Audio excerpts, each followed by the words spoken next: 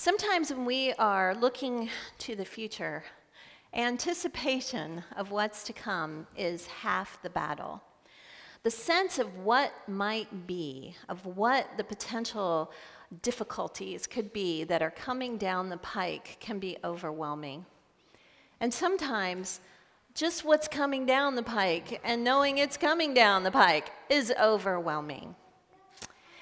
Jesus knew that. Jesus experienced that too. And as the divine representation and holy incarnation of God and fully human, he knew what it was like from both sides.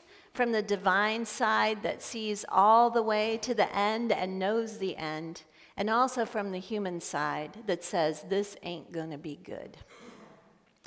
Right before this experience of the Mount of Transfiguration, Jesus is talking to his disciples, and he tells them what's coming. He tells them that he is going to be found guilty, that he is going to be tried and crucified and die, and after 3 days, he's going to be resurrected. It's not good news. Peter says, no way, this is not going to happen to you, Jesus. You're not going to die. This can't happen. And Jesus rebukes him and calls him Satan and says, get away from me. This is going to happen. And now the next thing that we have happening a few days later is Peter, the one who said, this ain't happening, along with 2 other disciples, and they go up on the mountain, and Jesus is transfigured before them. This moment is a moment for us as well, because we are about to be in the time of Lent, in the season in which we anticipate and live in and honor the reality of suffering, both Jesus and the disciples and ours. We're going to be really tangibly experiencing and honoring that life is rough, that the decisions and ways in which we move through this world are hard. And we're going to see it modeled for us in the person of Jesus all the way to the cross. So we're basically like standing on one end as a bookend, right? Transfiguration. We're going to move through those stories of difficulty, and we're going to come out on the other end at Easter. So we're looking at these 2 bookends, these 2 promises that are full of hope. So what do we do with them?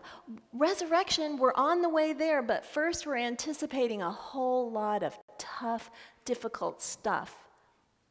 We're also standing on a mountain looking at the Super Bowl. We're also on a mountain looking forward to a presidential election. We're looking at things that we're anticipating. Some of us with great joy, maybe you're really excited about the Super Bowl, but the election, maybe not. Maybe you're pretty worried and anticipating what could happen in the midst of this time of tumult, of democratic upheaval. Some of us are also anticipating other things in our lives that are very much like Lent. They look like they're headed toward a really unhappy ending.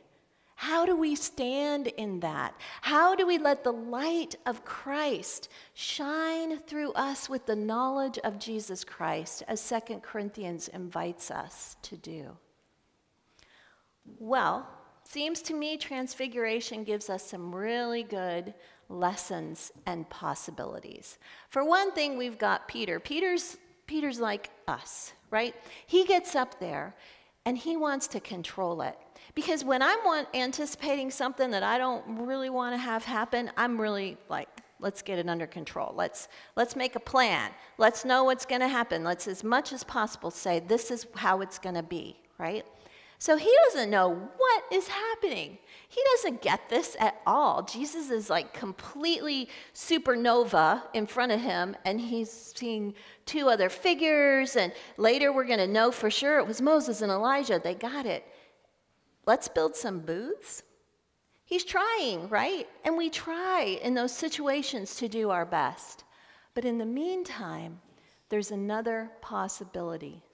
There's another possibility, which is what God invited them to do. To see it, to look, and to listen, right? They looked Jesus is revealed in all of his glory, and they saw it. They saw it. They didn't get it. They had no words for it. They never probably had words for it. Over the generations, we finally got this story down kind of pat. But at the time, what happened? They didn't know, but they saw it. And then when the cloud of God's presence oversaw and overshadowed them, he said, "This is my son. Listen to him. Listen to him." The light of the hope of the glory of God in Christ Jesus is shining through our lives. We are shot through with the goodness and the hope and the beauty and the truth of God. It's there for us.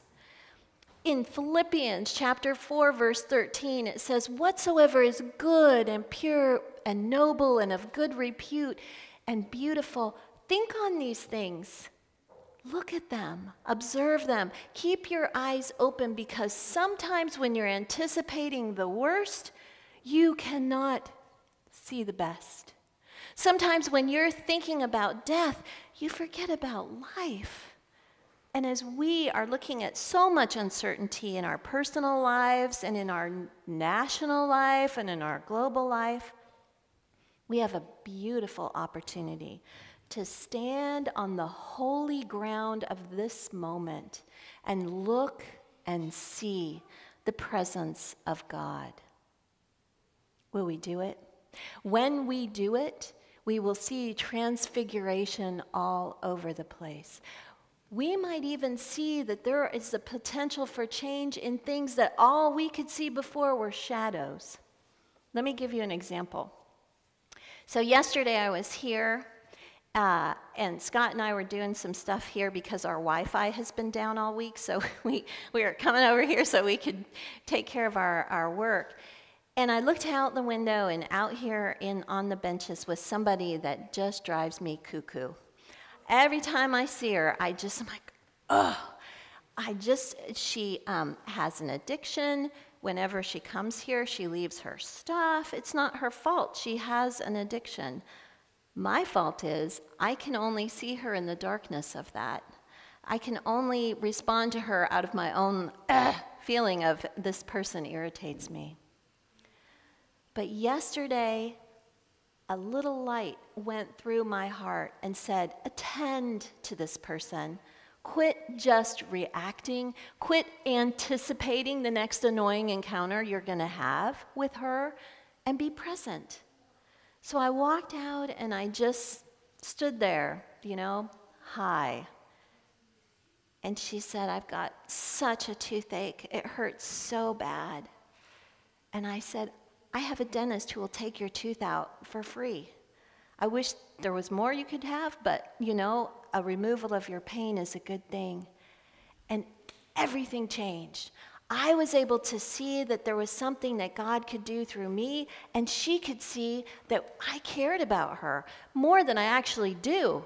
But now, as I think about it, you know what I'm saying, right? I'm human too.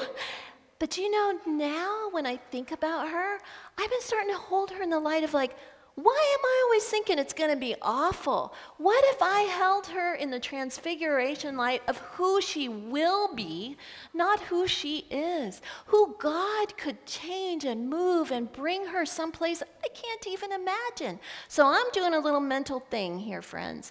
I'm putting this beloved child of God that I had on a shelf down at the end of a dark corner, who I have often thought she's probably just going to die.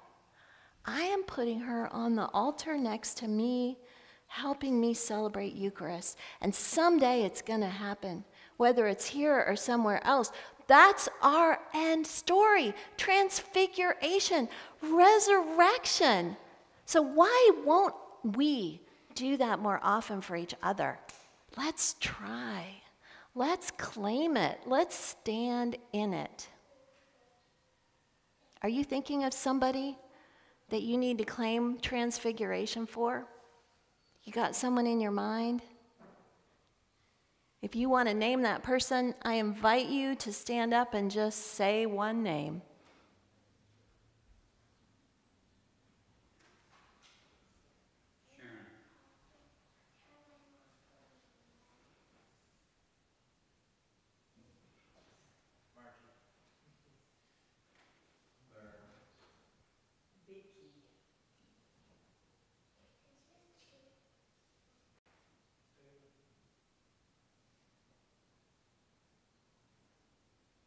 You know, you've got that person in your mind. If they're not there yet, they're going to come this week. The last nerve will help that name come to mind for you if you're anything like me. I invite you to also think about participating in our Tuesday evening home group. Because as we move through Lent, we're going to gather and we're going to think about how to be intentional to look and listen to God and let that light of resurrection hope go through our lives. Final story for you. I heard this story and I feel like it really holds the power of what this means. So there's a program at St. Louis University where they go into the prisons and they teach. And the inmates and the staff don't go to school together, but they both go to school separately, get taught from professors. Scott was one. My husband Scott has been a professor there. And they get an opportunity to get a 2-year degree from St. Louis University. When they get paroled, if they want to continue their degree, they can go seamlessly and get a bachelor's degree.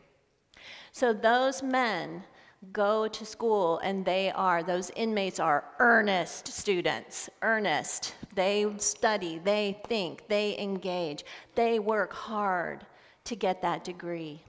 And then the day comes when they graduate. They have that 2-year degree. The families come, they're in a special room at the prison and the families are sitting there. And I don't know if they play pomp and circumstance, but I do know that these inmates walk into that room with a mortarboard and a gown. They have been transformed by a process. They have been transformed by the hope that they don't have to be who they are. They will be what they become. And that is our hope too. So may we stand in it.